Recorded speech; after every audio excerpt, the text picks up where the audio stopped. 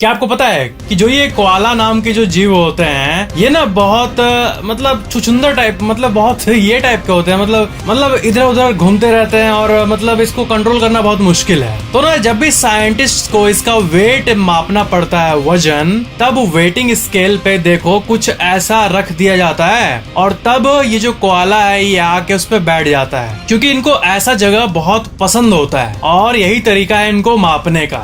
This is how to weigh a koala.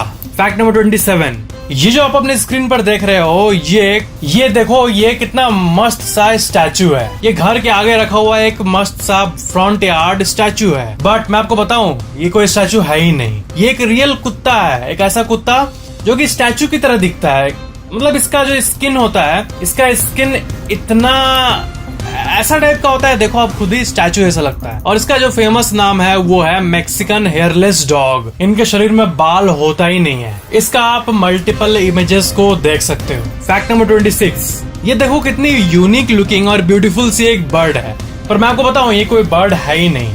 ये actually में flower है, फूल है। इस फूल का नाम है मैग्नोलिया ब्लॉसम और ये ऐसा दिखता है जैसा कोई बर्ड हो। ये फूल बिल्कुल एक बर्ड की तरह दिखता है और इसका भी आप मल्टीपल इमेजेस को देख सकते हो। फैक्ट नंबर 25, जो क्रैब खाते हैं लोग, क्रैब, समुद्री क्रैब, वो कितना साइज का होता है, इतना बड़ा होता है, इतना बड़ा होता है। बट एक क्रैब का प्रजाति जापान में मिलता है, जापानीज स्पाइडर क्रैब नाम है उसको। देखो ये जो है ये इतना बड़ा क्रैब होता है, इसका देखो कितना बड़ा बड़ा टेंटिकल्स निकला हुआ है और इसका भी आप मल्टीपल इमेजेस देख सकते हो। ये मतलब इतना ह्यूज साइज का होता है। जापानीज स्पाइडर क्रैब नाम है इसका। फैक्ट नंबर 24, अब मैं आपको दुनिया की सबसे अमेजिंग आर्ट को दिखाने वाला हूँ जो कि रेडिट में वायरल हुआ था। ये आर्ट आप देखो एक बार, ये एक पिक है। इस पिक में क्या अनयूजुअल है आप बता सकते हो? देखो बात ये है ना कि ये जो यहाँ पे आप लेफ्ट साइड में ये देख रहे हो ये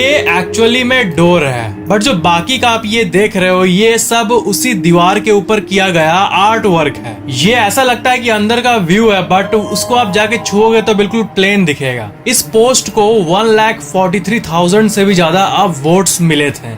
ये सच में अमेजिंग वर्क है। वॉल में किए गए ऐसे पेंटिंग और आर्ट वर्क को ग्राफिटी कहते हैं, ग्राफिटी। फैक्ट नंबर 23, देखो बहुत मस्त सा आपको चीज दिखा रहा हूँ। देखो कोई भी दो आदमी, दो पर्सन या फिर कितने भी पर्सन जब पार्क में जाते हैं गर्मी के समय, तब वो पार्क में बेंचेस खोजते हैं। तो बेंच जो होता है वो बेंच जहाँ रखा रहता है वहां जाके हमको बैठना पड़ता है। बट अगर उस जगह पे धूप है, मान लो कि 5 बेंच है, पांचों में धूप पड़ रहा है, उसमें से एक खाली है, तो आप जाके बैठोगे और धूप को सहना ही होगा। ऐसा कोई मतलब ये नहीं है। बट ये देखो एक ऐसा पार्किंग सिस्टम, जो ये बेंच दिख रहा है आपको पार्क का, ये एक रेलवे ट्रैक जैसी चीज पर रखा हुआ है और जिस तरफ छांव है उसको ऐसे पकड़ के रोल करके वहां ले जाओ, पेड़ के नीचे या फिर जहां मन है आपको वहां ले जाओ और आप इस पोर्टेबल सीटिंग सिस्टम का मजा ले सकते हो। इंडिया के भी पार्क्स में ऐसा होना चाहिए। अब जहाँ चाहो वहाँ आप इसको स्लाइड करके बैठ सकते हो। सच में बहुत यूनिक सा कंसेप्ट है ये, मतलब अमेजिंग है। फैक्ट नंबर 22, एक बहुत डीप सा इमेज मैं आपको दिखाऊंगा कि जो अल्कोहल, वाइन और शराब होता है, जो लोग को एडिक्शन हो जाता है, हद से ज्यादा नशा हो जाता है, उसके लिए ये डिपिक्शन है। ये इमेज देखो और इसका ऊपर का कोड देखो, ठीक है। First the man takes the drink, then the drink takes the man. मतलब पहले इंसान ऐसे बोतल को लेके पीता है, ठीक है, और बाद में वो बोतल ही इंसान को पीने लगता है। बहुत स्केरी कंसेप्ट है ये उसी को डिपिक्ट करने के लिए ये आर्ट वर्क है और ये सच में बहुत अमेजिंग है और बहुत डीप सा इमेज है। अगर इसको देखे तो कैसे ये एडिक्शन इंसान को ही अंदर टानने लगता है। मतलब आप शराब को नहीं पीते हो, शराब ही आपको पीने लगता है। जिनका एडिक्शन का केस है उन लोगों के लिए। फैक्ट नंबर 21, जो मिलिट्री में एयरक्राफ्ट कैरियर होते हैं बड़े बड़े ऐसे टाइप के, वो कुछ ऐसे दिखते हैं। तो ना देखो एक नॉर्मल सा जो ये बोट होता है जिसपे बैठ के लोग अक्सर पार्क्स में ऐसे बोटिंग करते हैं, उसके कंपैरिजन में ये देखो कितना बड़ा है। मिलिट्री एयरक्राफ्ट कैरियर इतना बड़ा होता है, आप यहाँ पे देख सकते हो कि यहाँ पे कितना छोटा सा ये बोट है उसके कंपैरिजन में। तो ये था एक इंटरेस्टिंग सा कंपैरिजनल व्यू। फैक्ट नंबर 20, जो लोग नेचर इंथुसियास्ट है ना, जो जिनको नेचर में रहना बहुत पसंद है, वो लोग में से कुछ लोग एक साउंड एम्पलीफायर का यूज करते हैं। आप जब जंगल में जाते हो तो आपको एक कीड़ों मकोड़ों एक नेचुरल साउंड आता है, ठीक है। उस नेचुरल साउंड को इस डिवाइस से आप देखो, इसमें एक इंसान लेटा हुआ है, तो इस डिवाइस से जब ऐसे वहां पे लेट के आपका कान रहेगा दोनों साइड ना, तो वही नेचर का जो साउंड है उसको आप तेजी से सुन पाओगे। और ऐसा जो सर्विस है बहुत जगह अवेलेबल होता है, और इसको जो एक्सपीरियंस करता है, जो लोग किए हैं वो लोग ये कहते हैं कि वो साउंड सुनने के बाद बहुत पीस फील होता है, क्योंकि बेसिकली हम लोग नेचर से कनेक्टेड है ना। तो इस नॉइज एम्पलीफायर के चलते आपको नॉर्मल साउंड भी बहुत एक डिजिटल साउंड की तरह सुनाई देता है, और पूरा एकदम जोर से सुनाई देता है एकदम। Forest noise amplifier. Fact number 19, octopus के जो ये ऐसे होते हैं, निकले रहते हैं लेग्स, जो हम लोग एज्यूम करते हैं, ये कितने होते हैं, कितने लेग्स होते हैं ऑक्टोपस के? आपको आंसर मालूम ही होगा, ऑक्टोपस नाम ही है तो 8 लेग्स होंगे। बट सबसे बड़ा फैक्ट ये है, and octopus actually has 6 arms and 2 legs, not 8 legs. वो जो 6 होता है ऑक्टोपस का, जिसमें से 6 जो होता है उसका आर्म होता है, हाथ होता है, और बाकी 2 ही पैर होता है। ये फैक्ट मतलब हम लोग इतने दिनों से झूठ में जीते आ रहे थे कि ऑक्टोपस नाम है, ऑक्टा 8 है तो 8 पैर है, बट ऐसा नहीं होता है। Fact number 18, Marie Antoinette syndrome. ये जो सिंड्रोम है ना, बहुत गजब सा है कि अगर किसी इंसान के लाइफ में कुछ बहुत बड़ा स्ट्रेस आ जाता है ना, तो ना उसके बाल कुछ वाइट होने लगते हैं। ऐसा आप नोटिस किया होगा। तो इसको ना ऐसा भी होता है कभी कभी ना कि 2 दिन के अंदर बहुत बड़ा हिस्सा एक वाइट हो जाता है, तो इसको मैरी एंटोनी सिंड्रोम कहते हैं। ये मैरी एंटोनी नाम इसलिए रखा गया है क्योंकि इनका एग्जीक्यूशन हो रहा था 1793 में, और इनका हेयर जो है मरने के पहले, जब इनको लग रहा था कि अब मैं मरने वाली हूँ, अब मेरा गला काट दिया जाएगा, तब ना लोगों ने नोटिस किया था कि इनका बाल सडनली व्हाइट हो गया था, तो इसी के नाम पे इस बीमारी का नाम रखा गया। तो ऐसा होता है, स्ट्रेस से बाल व्हाइट होता है, बट इसका ऑपोजिट भी ट्रू है। अगर आप अच्छा फील कर रहे हो, लो स्ट्रेस, आप हैप्पी फील कर रहे हो, तो इससे जिनका एब नॉर्मली कम उम्र में व्हाइट हो गया है, वो वापस रीगेन भी करने लगता है कलर। मतलब वो नेचुरली अपना कलर वापस आ जाता है जब आप लेस स्ट्रेस्ड, कम स्ट्रेस्ड या फिर हैप्पी फील करते हो। फैक्ट नंबर 17, एक सिस्टम होता है टंग ड्राइव सिस्टम। जिन लोगों का स्पाइनल कॉर्ड इंजरी होता है ना, जिससे वो चल नहीं पाते हैं, तो वो लोग बैठे रहते हैं व्हील चेयर में, तो ना उनके इस पार्ट में, ऊपर वाले पार्ट में एक ऐसा कुछ होता है, देखो फिट होता है। और ना माउस पैड आप देखे हो, माउस पैड, उसमें ऐसे करने से माउस हिलता है, वैसे ही कुछ इसमें होता है। अगर कोई अपने टंग से इस पैड पे ऐसे करे राइट, तो उसका जो व्हील चेयर है वो राइट घूमने लगता है। ऐसा सिस्टम, मस्त सा सिस्टम है ये। ऐसे करेगा तो लेफ्ट होगा, उसका यहीं पे एक पूरा कंप्यूटराइज्ड सिस्टम फिट होता है। इसे कहते हैं टंग ड्राइव सिस्टम। टंग ड्राइव सिस्टम, टीडीएस। टीडीएस सुन के तो टैक्स डिडक्टेड एट सोर्स वाला याद आ रहा है, टीडीएस, बट ये है tongue drive system, TDS. Fact number 16, ऐसे भी कई लोग हैं इस दुनिया में जिनको ना मुर्गियों से डर लगता है, लिटरली। जैसे अगर आपके पास यहाँ पे एकदम आपके थोड़ी दूरी में अगर शेर आ जाए तो आपको कैसा फील होगा, वैसा मुर्गी देख के फील होता है, लिटरली। इसको कहते हैं electrophobia. Electrophobia is the specific term for phobia to हेन या फिर चिकन। फैक्ट नंबर 15, आप ब्लू व्हेल के बारे में सुने हो? ब्लू व्हेल ये दुनिया के सबसे बड़े जीव में से एक है, ठीक है। अब ब्लू व्हेल और इंसान का साइज को देखो, आप यहाँ देख सकते हो कंपैरिजन, इतना छोटा सा इंसान और इतना बड़ा ब्लू व्हेल, ठीक है। बट सबसे अमेजिंग फैक्ट ये है ब्लू व्हेल के बारे में कि एक ब्लू व्हेल, एक बीच बॉल जो होता है, इससे हम लोग खेलते हैं समुद्र के किनारे, बीच बॉल, उससे बड़ा कोई चीज को ये अपने अंदर ले ही नहीं सकता। मतलब शरीर इतना बड़ा गद्धड़ जैसा है, एकदम मोटा सा, बड़ा सा, लेकिन इसका स्वेलविंग पावर जो होता है, निगलने का पावर, वो कम होता है, क्योंकि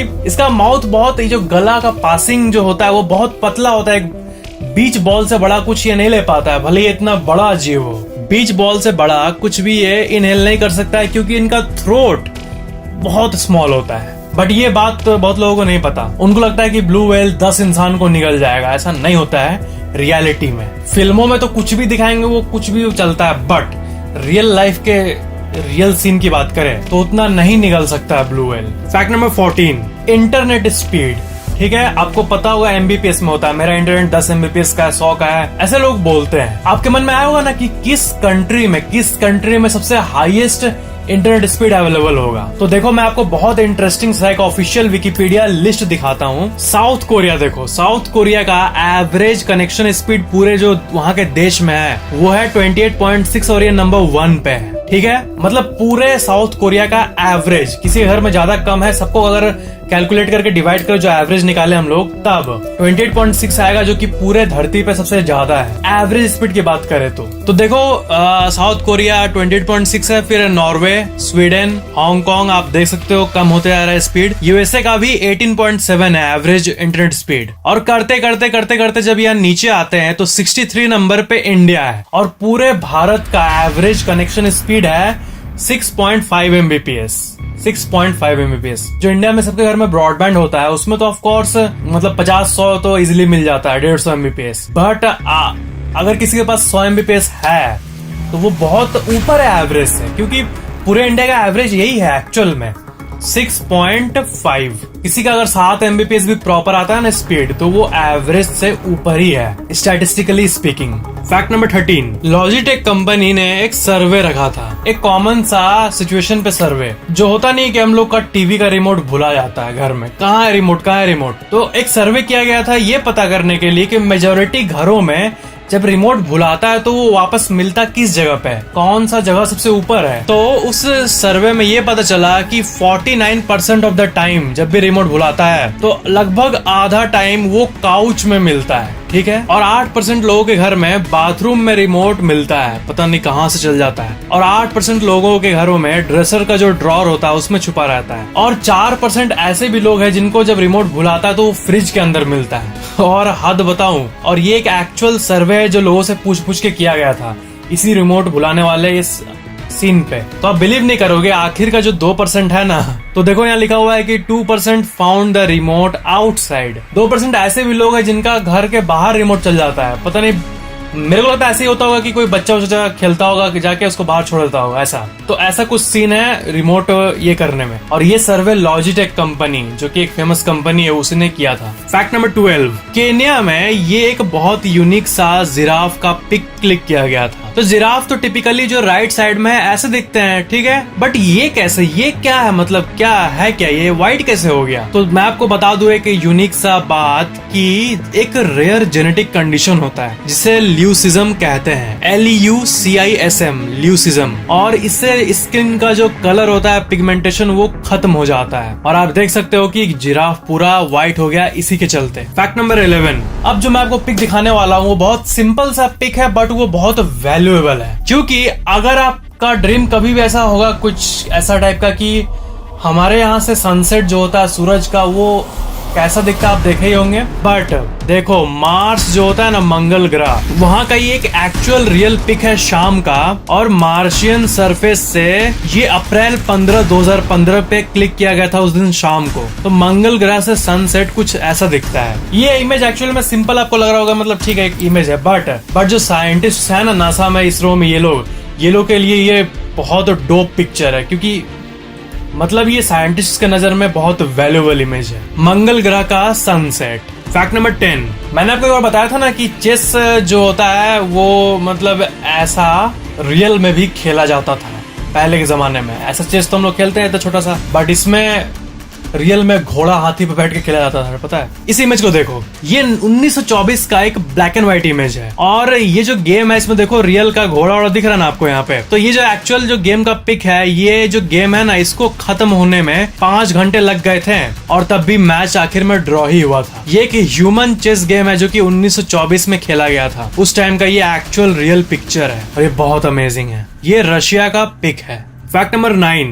जब गोल्ड जो सोना होता है उसको जब निकाला जाता है ना, तब जो मतलब जो ऐसे पत्थर में जो नेचुरल रूप में होता है ना, देखो कुछ ऐसा होता है। ये मतलब एब्सोल्युटली रॉ, एकदम कच्चा गोल्ड है। जो धरती के अंदर जो होता है ना वो कुछ ऐसा ही होता है और इसी को बाद में बना के मतलब बहुत कुछ बना दिया जाता है। तो ये देखो, ये इंसान अपने हाथ में 3 रॉ गोल्ड के मलबे को लिया हुआ है। और ऑन द अदर साइड जो ओपल होता है, जो रिंग्स में होता है, जब भी ओपल फ्रेश जमीन से निकलता है ना, तो वो कुछ ऐसा दिखता है। पत्थरों के बीच में ये वैल्यूएबल चीजें होती है और बहुत मुश्किल से, बहुत मेहनत के बाद जो माइनर्स होते हैं उनको ये मिलता है। फैक्ट नंबर 8, जो साउथ अफ्रीका का टोपोग्राफी है ना, मतलब उसका जमीन का जो उबड़ खाबड़नेस, मतलब रुको, ये आप इमेज देखो पहले। साउथ अफ्रीका का टोपोग्राफी ये है। इसमें देखो जो साइड में समुद्र के साइड वाला ये जो एरिया है, इसमें कितना पहाड़ है, ये है मतलब बहुत डिटेल्ड इमेज है ये। और इसमें जितना आप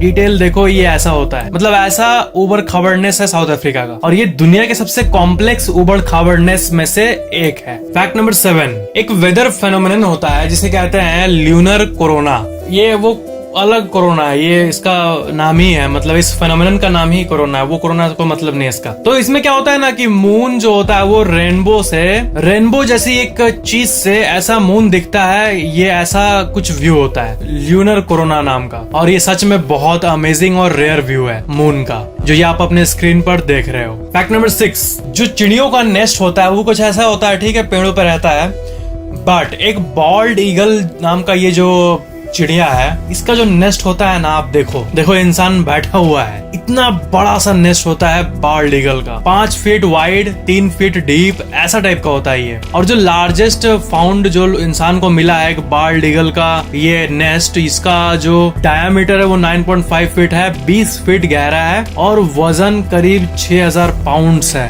मतलब करीब 2700 किलोग्राम का nest. Fact number 5, would picker नाम की ये जो आप बर्ड देख रहे हो, इसका टंग देखो, ये कुछ ना सांप होता है ना, सांप का ऐसा टाइप का जो टंग होता है, पतला लंबा टाइप का, वैसा टाइप का टंग इसका होता है। और ये इतना लंबा होता है कि ये मतलब आप देख सकते हो। और सबसे अमेजिंग बात है कि देखो ये कैसे अपने टंग को अंदर रखता है, ये देखो अपने दिमाग के ऊपर ऐसे रैप करके अंदर रखता है, जब निकालना होता तो निकाल देता है। ऐसा कुछ इंटीरियर सिस्टम होता है, आप अपने स्क्रीन पर देखो, ये मतलब ऐसे रैप करके रखता है अपना ये टंग, और जब निकालता है तब का व्यू तो आप यहाँ नीचे देख ही सकते हो। फैक्ट नंबर 4, मथुरा में कई लोग ना जो वाइल्ड लाइफ कंजर्वेशन में काम करते हैं, वो ना हाल ही में ऐसा न्यूज में आया था कि वहाँ के जो विलेजर्स है और वहाँ के जो वाइल्ड लाइफ जो केयर करते हैं जानवरों का, वो देखो हाथियों के लिए ऐसा स्वेटर बनाए थे ताकि एलिफेंट्स वार्म रह पाए, गर्म रह पाए, इनको ठंडा ना लगे। और इस न्यूज को भी बहुत लोगों ने अप्रिशिएट किया था। फैक्ट नंबर 3, ये देखो मैं आपको और एक अमेजिंग सा पिक दिखा रहा हूँ। इधर वाला जो आप देख सकते हो ये है स्पर्म व्हेल का ब्रेन, उसके बाद ये है इंसान का ब्रेन, उसके बाद ये है डॉल्फिन का ब्रेन, और उसके बाद रिवर डॉल्फिन का ब्रेन। और जो आप ये इधर वाला देख रहे हो, ये जो स्पर्म व्हेल का ब्रेन है, ये करीब 10 किलो का होता है, मतलब जो इतना ये जो है ये उन लोगों का इतना बड़ा होता है और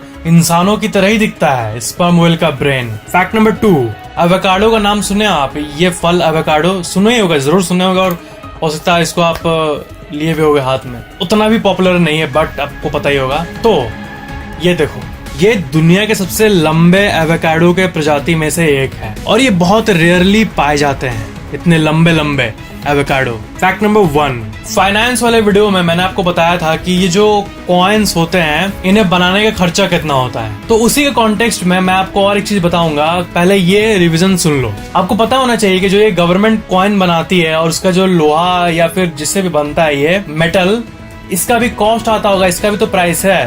तो मतलब पैसे को बनाने के लिए भी पैसा लगता है। तो ये जो है ना 1 रुपए का कॉइन, इसे बनाने में 1.1 रुपीज लगते हैं, मतलब लॉस।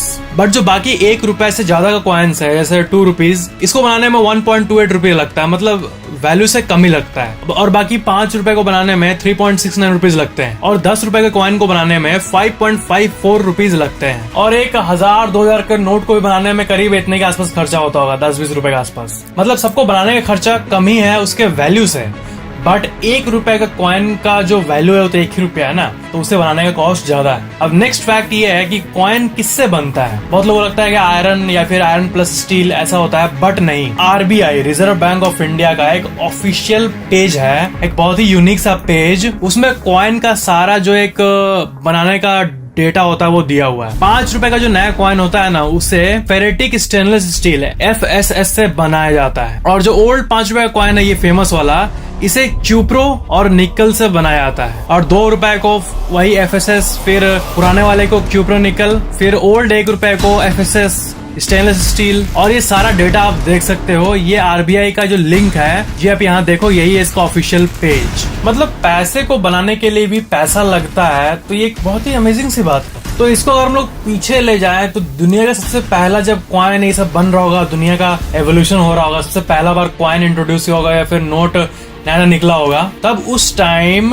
कैसे शुरुआत हुआ था, बहुत अमेजिंग सी बात है। और मैं आपको फैक्ट बता दूं, इंडिया में आप कभी 10,000 का नोट देखे हो? 10,000 का नोट आपको पता है 1938 में RBI ने, जब उस टाइम ब्रिटिश राज था ना, तब उस टाइम एक बार 10,000 का भी नोट इंट्रोड्यूस किया गया था, पता है 1938 में। बट बाद में जाके इसको डीमोनेटाइज कर दिया गया। ये एक बहुत ही मतलब अमेजिंग बात है, इतने पुराने टाइम में 1938 में 10,000 का नोट, बापरे। So that was the video पसंद आया तो लाइक जरूर करना और शेयर भी जरूर कर देना। और आप मेरे ऑफिशियल इंस्टाग्राम आईडी को भी फॉलो कर लेना, लिंक डिस्क्रिप्शन में दिया हुआ है। और चैनल को सब्सक्राइब करके बेल आइकन भी ऑन कर लेना। Thank you so much for watching this video.